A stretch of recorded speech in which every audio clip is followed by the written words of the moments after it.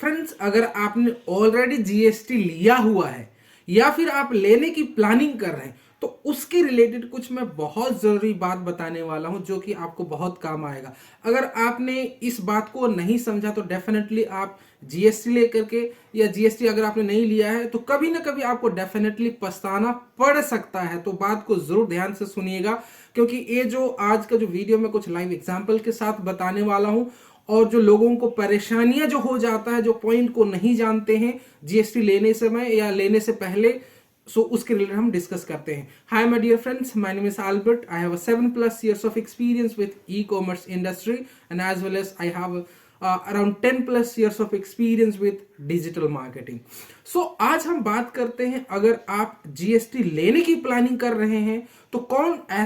कौन सी ऐसे बातें हैं जो आपको ध्यान में रखने वाली बातें हैं, और अगर आपने किसी दूसरे से जीएसटी ऑलरेडी बनवा लिया है तो उसमें भी क्या क्या ऐसी बातें हैं उसको हम कवर करते हैं। सबसे पहले हम बात करते हैं, अगर आपने ऑलरेडी जीएसटी ले रखा है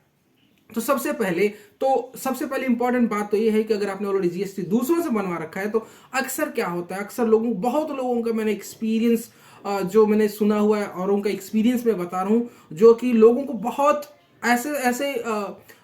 मामले में फंस जाते हैं। और आजकल का जो ट्रेंड ही ऐसा है कि लोग इसी तरीके से ट्रेंड बना हुआ है, जिसकी वजह से बहुत सारे लोगों को जो जीएसटी दूसरों से बनवाते हैं उनको ये झेलना पड़ता है। वो प्रॉब्लम क्या होता है कि अगर आप दूसरों से जीएसटी बनवाते हैं तो जो जीएसटी जो अप्लाई करते हैं वो अक्सर 90% लोग क्या गलती करते हैं, यानी कि जो वो जानबूझ के गलती करते हैं जो अप्लाई कर रहे हैं। यानी कि मैंने जीएसटी अप्लाई करना है, मैंने दूसरों से करवाया, तो अक्सर क्या करता है वो लोग वहां पे जीएसटी पोर्टल में जो पासवर्ड रिकवरी का, लॉगिन डिटेल्स का, जिसमें पासवर्ड रीसेट का जो ईमेल या फिर फोन नंबर हो अपना अपडेट कर देते हैं, तो उसमें बहुत सारे परेशानियों का सामना करना पड़ सकता है। इसमें मैं लाइव एग्जांपल जरूर बताऊंगा। अब जो दूसरी जो बात है कि अगर आप ऑलरेडी जीएसटी लेने की प्लानिंग कर रहे हैं तो क्या करना चाहिए, उसमें भी सेम होता है कि अगर आप ऑलरेडी जीएसटी लेने की प्लानिंग कर रहे हैं तो ये आप जरूर ध्यान रखें कि आप जो उसमें जो जीएसटी पोर्टल में जो पासवर्ड रिकवरी, यानी कि जीएसटी पोर्टल का लॉगिन यानी पासवर्ड रीसेट का जो ईमेल आईडी और फोन नंबर यूज करा जाता है वो आप जरूर करवा लीजिए। अगर आपने ऑलरेडी ले रखा है, ऑलरेडी जीएसटी दूसरों से आपने बनवा लिया, तो इस चीज का आप ध्यान करिए कि आप जिससे बनवाए हैं उसमें चेक कर लीजिए। हालांकि मैं जो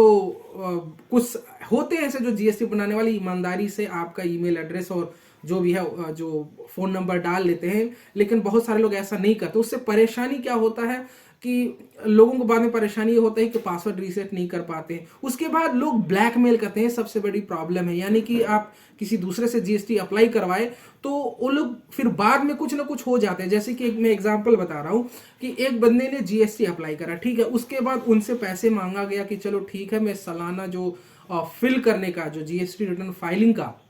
मैं 25,000 लूंगा, ठीक है। 25,000 में अग्री हो जाते हैं, और लेकिन हालांकि उसने पहले ज्यादा बताया था, फिर 25,000 में अग्री कर जाते हैं। तो उसके बाद क्या होता है कि 1 साल बाद करने बाद पता चला कि उसका उतना बिजनेस चल नहीं रहा है, तो उसने कहा कि नहीं ये तो बहुत ज्यादा है। और मार्केट में क्या करते हैं लोग, 500 रुपये महीना, 1000 रुपये महीना, depending upon situation to situation, number of bills पे डिपेंड करता है। अगर बिल्स बहुत ज्यादा आते हैं, वर्क्स हैं और बहुत सारी चीजें, जैसे कि आपका टर्नओवर पे भी निर्भर करता है, number of type of transaction होता है, उस पर भी डिपेंड करता है कि, और आप जो उनका जो सॉफ्टवेयर यानी कि अकाउंटिंग सॉफ्टवेयर उनका ले रहे हैं या नहीं ले रहे हैं, उस पर भी निर्भर करता है। तो बहुत सारी चीजें डिपेंड करता है, उसके बेस पे वो चार्जेस आपसे अप्लाई करते हैं। अदरवाइज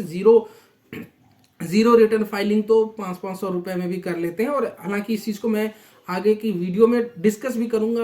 आप लोग को गाइड भी करूंगा कि जीएसटी रिटर्न फाइलिंग कैसे करते हैं। जो जीएसटी में जितने भी हेडर्स होते हैं, 5-7 हेडर्स होते हैं, R1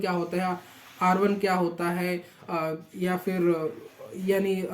जो आईटीसी क्लेम कैसे करते हैं, कैसे आईटीसी मैचिंग करते हैं, आपने सही आईटीसी क्लेम कराया नहीं कराया, इसके रिलेटेड काफी सारी चीजें, टॉपिक्स है जो मैं आगे की वीडियोस में डिस्कस करने वाला हूं। सो इसके रिलेटेड एक चीज और बता दूं कि मैं भी एक जीएसटी प्रोफेशनल हूं, मैंने भी इसको मुझे भी नॉलेज है, लेकिन मैं सोचा कि अगर आप बिजनेस ओनर हैं तो आपको जीएसटी रिटर्न, जीएसटी के रिलेटेड भी नॉलेज होना चाहिए, आपको डिजिटल मार्केटिंग के रिलेटेड भी होना चाहिए नॉलेज, और आपके पास जो यस बिजनेस को कैसे रन करते हैं, बहुत सारी चीजें हैं,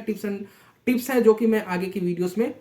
मैं बताऊंगा। क्योंकि डिजिटल मार्केटिंग अगर आप जानते हैं तो डेफिनेटली आप अपने बिजनेस को कैसे रन कर सकते हैं, कैसे और ग्रो कर सकते हैं, बहुत सारे टिप्स एंड ट्रिक्स होते हैं। सो इसका मुझे बहुत अच्छा खासा एक्सपीरियंस है, सो मैं उनको शेयर करूंगा। लेकिन अब बात करते हैं जीएसटी की। तो मैंने बताया कि होता क्या है कि बंदे ने 25,000 बता दिया कि 25,000 सालाना में चार्ज करूंगा, लेकिन आपने नोटिस करा कि मेरा बिजनेस ही नहीं चल रहा है, तो फिर आपने बोला कि नहीं ये तो बहुत ज्यादा है, मार्केट में लोग 500 भी ले रहे हैं क्योंकि मेरा जीरो रिटर्न फाइलिंग है या नहीं के बराबर एक दो बिल आते हैं, तो चलो ठीक है। फिर बाद में क्या होता है, बंदा जो 25,000 के बदले जब इधर जो एक साल ऑलरेडी फाइलिंग हो चुके, सब कुछ फाइलिंग हो चुका है, लेकिन एक साल बाद वो फिर अग्री नहीं करते कि नहीं 25,000 से कम मैं नहीं लूंगा। उसमें उसके बाद क्या होता है कि जीएसटी पोर्टल का लॉगिन डिटेल्स उसने दे दिया, जीएसटी लॉगिन पासवर्ड सब कुछ पेमेंट कर दिया जाता है और जीएसटी लॉगिन का पासवर्ड दे देता है। लेकिन बाद में परेशानी क्या होता है कि वो फिर ब्लैकमेल करना शुरू करते हैं, क्योंकि उनका जो पासवर्ड रीसेट का जो एक चाबी कह सकते हैं उनके पास होता है, सो उसको भी लेने के लिए वो ब्लैकमेल करते हैं। एक तो सिनेरियो ये हुआ। दूसरा केसेस क्या हो जाता है कि पहले साल में आपका जीएसटी रिटर्न फाइल कर तो दिया, तो होता क्या है कि बंदे ने तो जीएसटी पोर्टल को लॉगिन डिटेल्स उन्होंने आपको दे दिया, लेकिन और एक चीज होता है, इनकम टैक्स जो वेबसाइट जो होता है वहां पे जो इनकम टैक्स जो भरा जाता है वहां पे उसने पैन वगैरह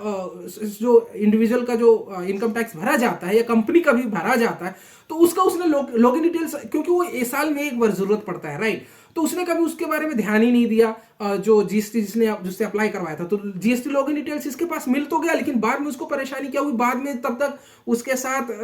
वो जो इंडिविजुअल था जिससे जो जीएसटी रिटर्न फाइल करवा रहा था उसके साथ बात बिगड़ गई, बात नहीं बनी, तो क्या हुआ कि अब उससे अब वो मांग भी नहीं सकता है। जो पैन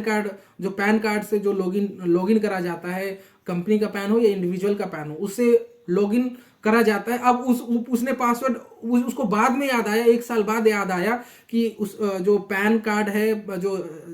जो इनकम टैक्स डिपार्टमेंट वाला जो वेबसाइट होता है उसका लॉगिन डिटेल्स उसको एक साल बाद पता चला, उसने फिर उसको तब तक बात बिगड़ चुकी है तो फिर उससे वो कांटेक्ट भी नहीं कर सकता। तो इस तरीके से मैंने कई परिस्थितियों को मैंने देखा है, सुना है, लोगों को कहते सुना है, लोग अक्सर करते हैं। तो बस मेरा मेन कहने का मतलब ये था कि अगर जब भी आप जीएसटी किसी से अप्लाई करते हैं तो मेक श्योर आप उनको पहले ही बोल दीजिए कि यहाँ पे जो पासवर्ड रीसेट वाला जो ऑप्शन होता है, ईमेल एड्रेस और फोन नंबर आपका होना चाहिए। और अगर मान के चलिए जो आपने उनसे करवा भी लिया, और दूसरी चीज अगर आप अप्लाई करवा रहे हैं दूसरे से, तो मेक श्योर आप उनको बोलेंगे कि मेरा ही ईमेल एड्रेस यूज होना चाहिए और मेरा ही फोन नंबर वहां पे पासवर्ड रिकवरी पे यूज होना चाहिए। तो इस चीज का जरूर ध्यान दें, अदरवाइज इससे बहुत ज्यादा परेशानी हो जाता है। अगर आप इनकम टैक्स डिपार्टमेंट वाला वेबसाइट होता है वहां पे पासवर्ड जो रिकवरी वाला जो ऑप्शन बहुत ही डिफिकल्ट होता है, उसमें ऐसे बहुत डिफिकल्ट हो जाता है। मेरा कहने का मतलब इन सारी चीजों को जरूर ध्यान रखें। अगर आप जीएसटी अप्लाई कर चुके हैं दूसरों के माध्यम से तो आप उन लॉगिन डिटेल्स ले लें, प्लस पासवर्ड रिकवरी वाला जो ऑप्शन है चेंज करवा लें। और आगे के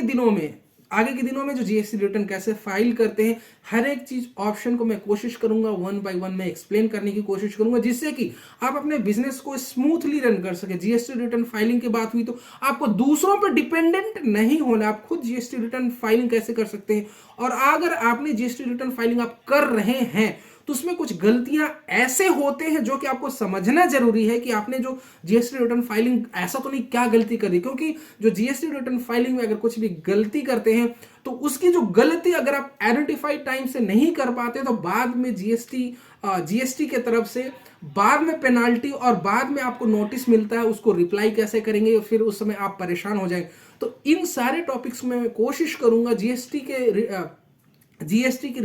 रिलेटेड कंप्लीट सारे चीज़ों को मैं एक्सप्लेन करने वाला हूँ, कैसे फाइल करते हैं, कैसे अगर गलती हो गया तो कैसे सुधारेंगे, कैसे क्या सारी चीज़ें होती हैं जीएसटी के रिलेटेड। और जो अगर आप बिजनेस को बढ़ाना चाहते हैं डिजिटल मार्केटिंग के रिलेटेड, मैंने ऑलरेडी कुछ वीडियोस बनाए हुए हैं, उसके रिलेटेड मैं और भी कुछ आगे वीडियोस बनाऊंगा। अभी जस्ट ई कॉमर्स प्लेटफॉर्म के रिलेटेड वीडियो बना रहा हूँ, अब जीएसटी का भी वीडियो इसमें आएगा और डिजिटल मार्केटिंग के रिलेटेड भी वीडियो आएगा। और बिजनेस आइडियाज के रिलेटेड किस प्रोडक्ट में क्या डिमांड है, कितना स्कोप है ई कॉमर्स प्लेटफॉर्म पर, उसके रिलेटेड भी बताते रहता हूँ। तो ये सारे टॉपिक्स कंटिन्यू ही रहेंगे। सो चैनल को सब्सक्राइब जरूर कीजिए इस तरीके से इंफॉर्मेटिव वीडियो बनाने के लिए। ये जो वीडियो बहुत लंबे समय के बाद आ रहा है और इसका रीजन ये है कि मैं कुछ, आपको पता है डिजिटल मार्केटिंग के रिलेटेड अभी भी मैं काम कर रहा हूँ। तो कुछ मेरे पास प्रोजेक्ट्स आए थे, काफ़ी प्रोजेक्ट्स आए थे जिसमें मैं फंस गया था, थोड़ा सा काम ज़्यादा था डिजिटल मार्केटिंग के लिए, वेबसाइट बनाने वगैरह का जो काम था, कुछ एसईओ वगैरह का भी प्रोजेक्ट्स वगैरह करता हूँ, तो उसमें थोड़ा सा फंस गया था जिसकी वजह से मैं वीडियो थोड़ा सा लेट बनाया। उसके अलावा और भी कुछ रीजंस है बहुत सारे। So multiple source of income जरूर रखना चाहिए। So multiple source of income की वजह से कहीं कहीं फंस जाते हैं। मैं कोशिश करूंगी इसी तरीके से वीडियोस लाता रहूंगा। सो इस वीडियो को यहीं फिनिश करते हैं। Thank you, bye bye, take care.